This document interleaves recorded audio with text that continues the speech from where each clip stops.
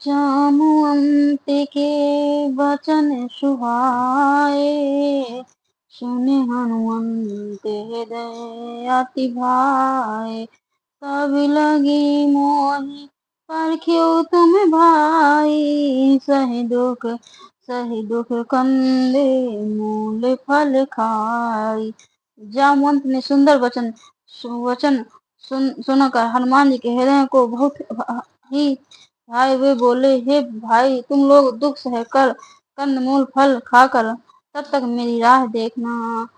जब लगी आऊं सीतहि देखी, हो यही काज मुहि हर्ष विषेखी। यह कही नाई समन कहूँ माथा, चले हर्ष ही धरि रघुनाथा। जब तक मैं सीता जी को देख कर लौट न आऊं, काम अवश्य होगा, क्योंकि मुझे बहुत ही हर्ष हो रहा है।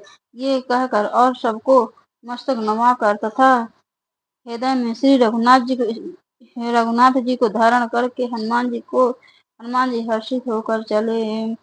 सिंधु तीर एक भूधर सुंदर, कौतुक कूद चढ़े ताऊ पर। बारे बारे रघुवीर संभारी, ताके उपमन तनय बल भारी। समुद्र के एक तीर पर एक सुंदर पर्वत था। हनुमान जी खेल से ही अनायास ही कूद कर उसके ऊपर जा चढ़े और बार बार श्री रघुवीर का स्मरण करके अत्यंत बलवान हनुमान जी उस पर से बड़े वेग से उछले। जहीं गिरि चरण देहि हनुमंता, चले सुगापा ताल तुरंता।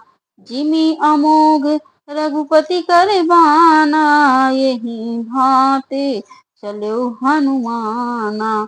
जिस पर्वत पर हनुमान जी पैर रखकर चले, जिस पर से वे उछले, हुए तुरंत ही पाताल में धंस गया। जैसे रघुनाथ जी का अमोघ बाण चलता है, उसी तरह हनुमान जी चले।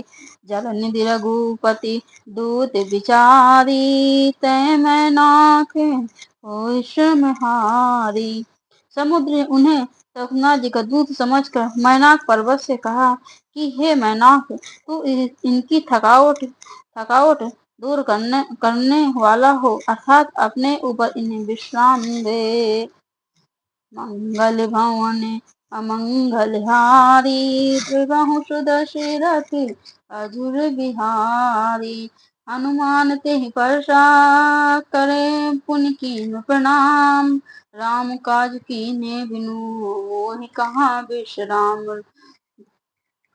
हनुमान जी ने उसे हाथ से छू दिया, फिर प्रणाम करके कहा, भाई श्री रामचंद्र जी का काम किए बिना मुझे विश्राम कहाँ। मंगल भवन अमंगल हारी, त्रिबाहु सुदशरथ अजर बिहारी। सीताराम चरण रति मोरे, अनुदिन बढ़ाए अनुग्रह तोरे। सीताराम चरण रति मोरे, अनुदिन बढ़ाए अनुग्रह तोरे।